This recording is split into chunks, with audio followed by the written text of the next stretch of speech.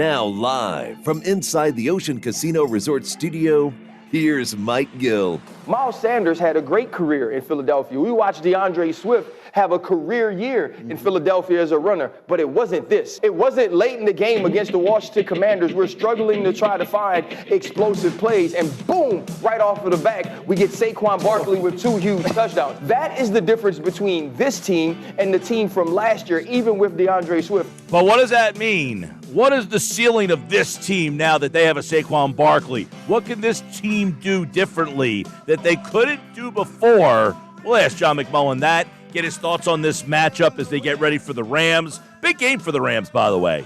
5-5, they're in the mix for the West. They're in the mix for the wild card. They need this game.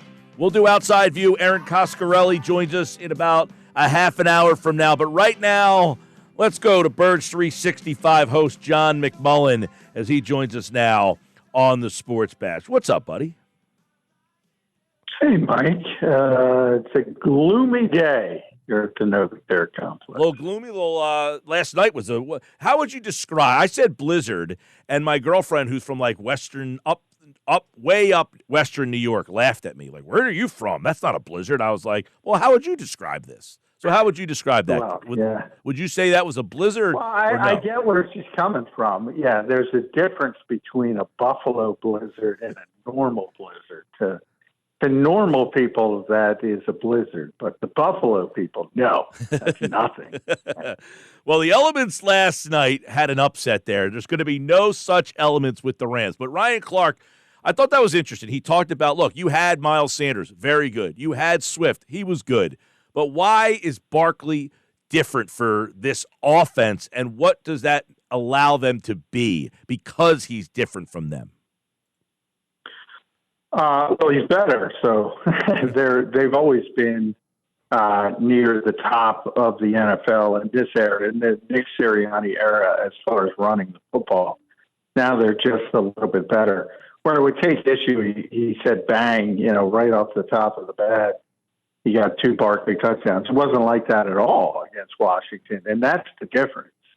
That Washington actually did a very good job against the run for 3 quarters, and then bang, and the dam broke. And then you had the 2 touchdowns late, not early, late in the game. So they're better equipped to finish games because of the presence of Saquon Barkley as opposed to Miles and DeAndre, who were both very good, by the way. And as I said, the Eagles led the NFL from 2021 to 2023 in 200-yard rushing games, and they continue to lead the NFL. So they've always been good. They're just better. When it comes to closing games, they're better. Yeah, closing games out. They run the ball, and as you mentioned, and he mentioned, that they can kind of beat you up in the first, second, third quarter, and then that's where you're tired and he can just rip one off. We saw that a couple times. We've seen it a couple times this year where they've got some big ones. What about this week against the Rams? They're a team that's not great in the secondary. They're better up front here. Is the Eagles' offense the right style of offense, a team that likes to run the ball or is better at running, better equipped? Does that make this game more intriguing because they haven't been very consistent in the past game? No, and I keep saying that, and they want to get better, and they want to make sure the passing game is up to snuff, that they need it, and this might be an opportunity to do that, but Devonte Smith didn't practice again today, so the hunch is he's not going to play, so that complicates things further. One thing, if you look at, and I go back again to 2021, there were a number of games when they were matched up with the number 1 rushing defense in the NFL that year, and they ran it for 200 yards. So they're not really concerned about numbers on a piece of paper. They're comfortable that they can run the ball on anybody. And I don't like, if you look at the Rams front, very athletic, but very undersized. So, when we talk about styles, I don't necessarily like that matchup against the Eagles' offensive line for the Rams. You could see, big, massive, strong people like Landon Dickerson Mekhi Becton pushing around the middle of that Rams defensive front, and obviously Jordan Mailata and Lane Johnson have been off the charts good. So I don't think I think a lot of fans get caught up in they're 20 something in pass defense and they're top 10 in run defense, so you should pass the ball. The Eagles are not going to look at it that way. They're going to look at two undersized defensive tackles trying to hold up against Mekhi Becton and Landon Dickerson. And then from the passing game, they want to get better. They say it every week, but it hasn't gotten to that point for whatever reason. And I'm a little bit more concerned with it than most, I think, Eagles fans. Because ultimately, I don't know when it's going to come, but ultimately they're going to have to pass the ball to win a football game. And I don't have confidence that they can do that right now. All right, well, I'm glad you brought that up because I opened today's show by saying I have the confidence that the Eagles can win a playoff game with their defense.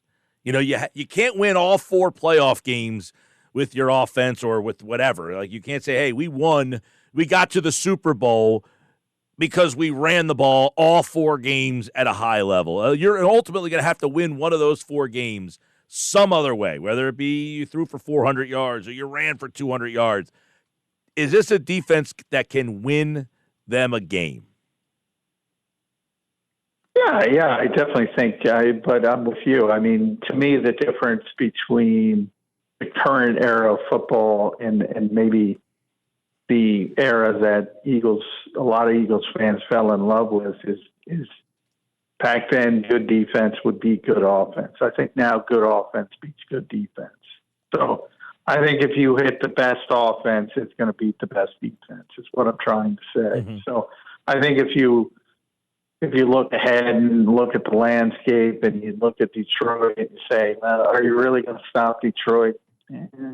Maybe if they bring their D game, but if they bring their A game, are you going to stop Detroit? Probably not. Right. So you're going to have to. So you're going to have to outscore them. By the way, Eagles are capable of winning that type of game. I don't know. Eagles defense leads the NFL with 11 takeaways since Week 8. They had 2 the first 7 weeks of the year, and they have 43 points off turnovers since Week 8. So when you think of this Eagles defense, do you think of a takeaway defense? Is that something that they've matured into? No, I think, Slay said something very astute when he was talking about that earlier in the season. And he said, I think a lot of people, think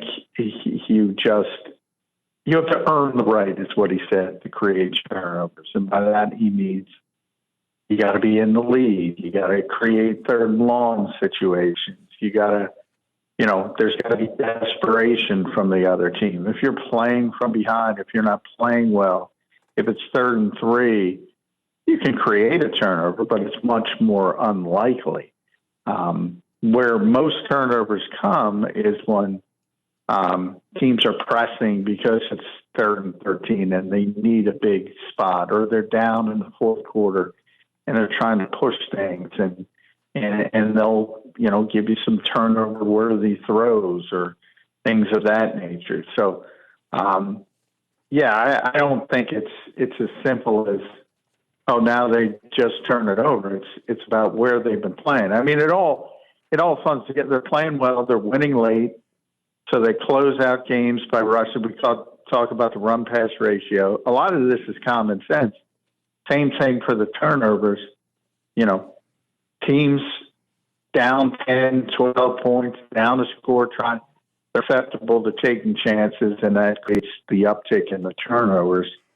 Not to say you can't get them at any time, of course, but it's much more difficult, and that was Slay's point. You have to earn the right to create turnovers, and the Eagles have been earning that right defensively, and that's why they've spiked in that category. All right, Cooper Kupp, 34 games with at least 100 yards receiving since he has entered the league, tied with Tyreek Hill, so that tells you what kind of level he's been on. 614 receptions through 98 games, so this is a guy that obviously gets volume. Puka Nacua has 9 career 100-yard games. He's only played 22 games, so these two guys are pretty darn good.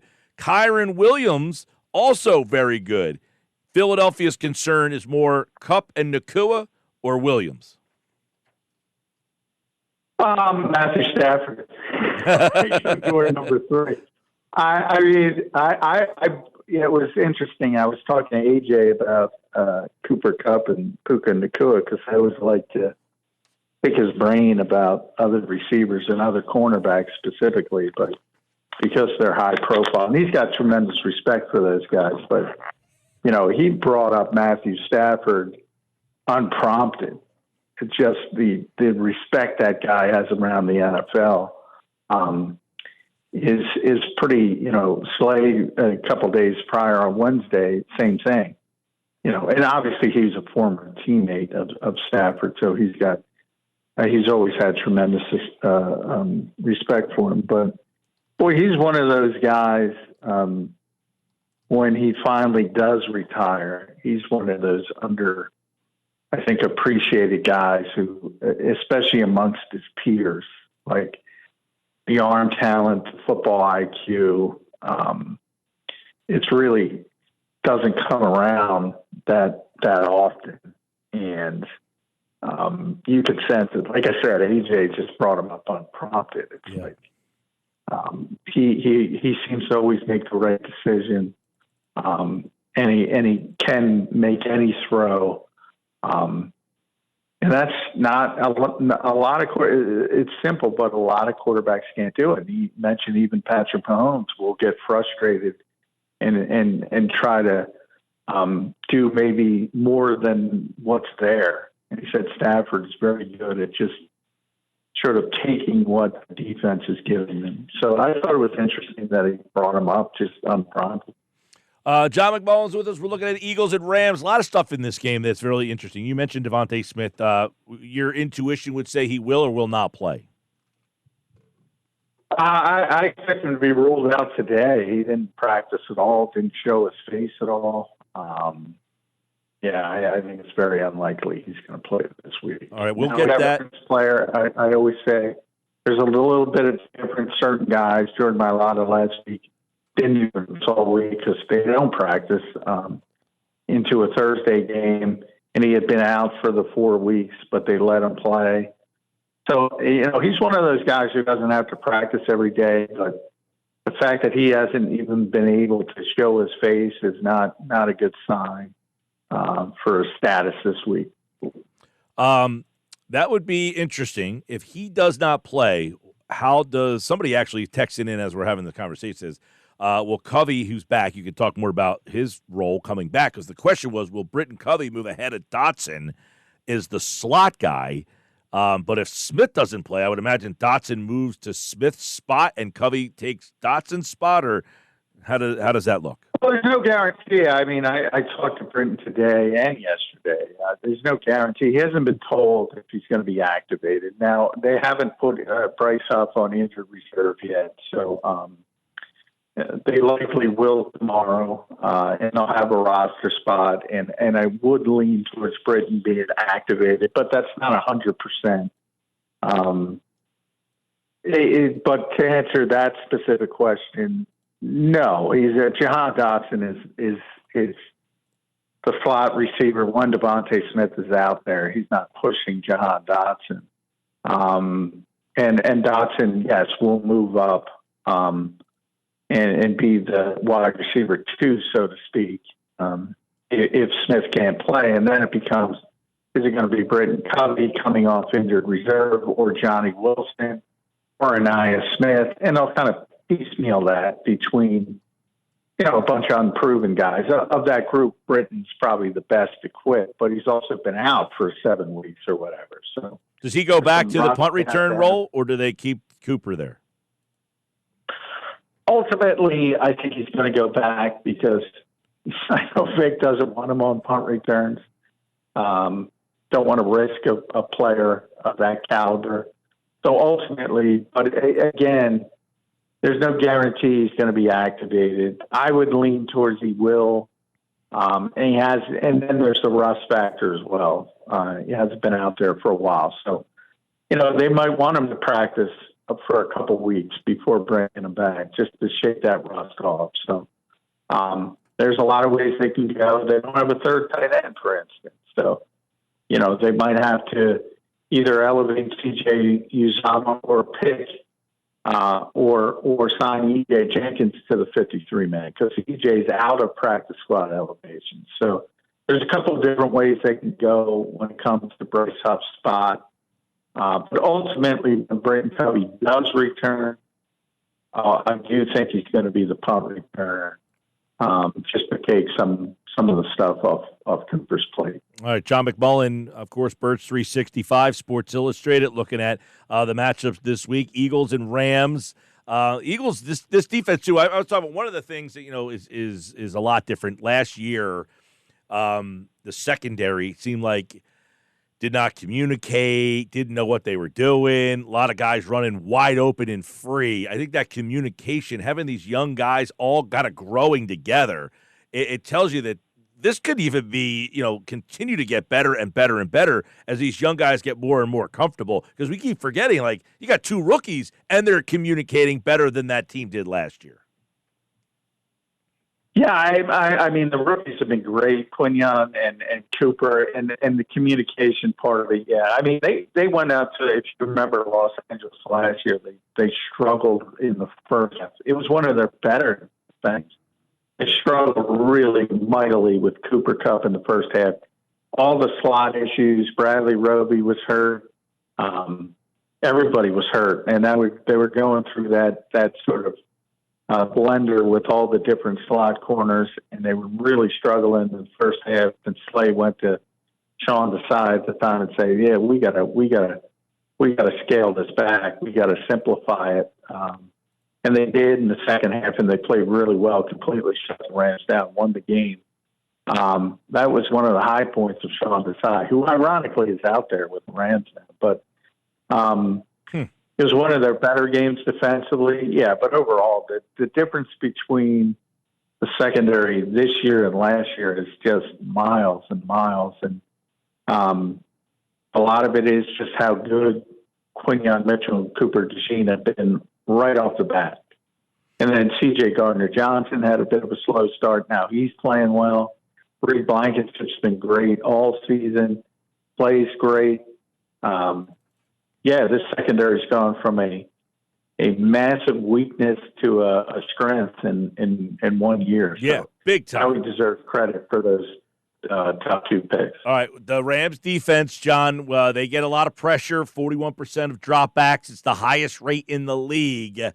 Is their pressure a problem for Philly this week? I'm taking the Eagles' offensive line over everybody.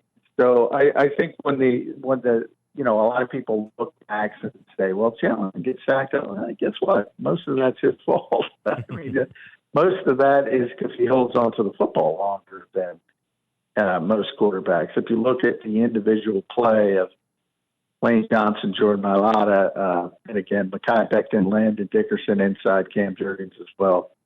Yeah, I mean, that's advantage Eagles over the Rams front. The Rams front is very good, but as I said, they're very undersized.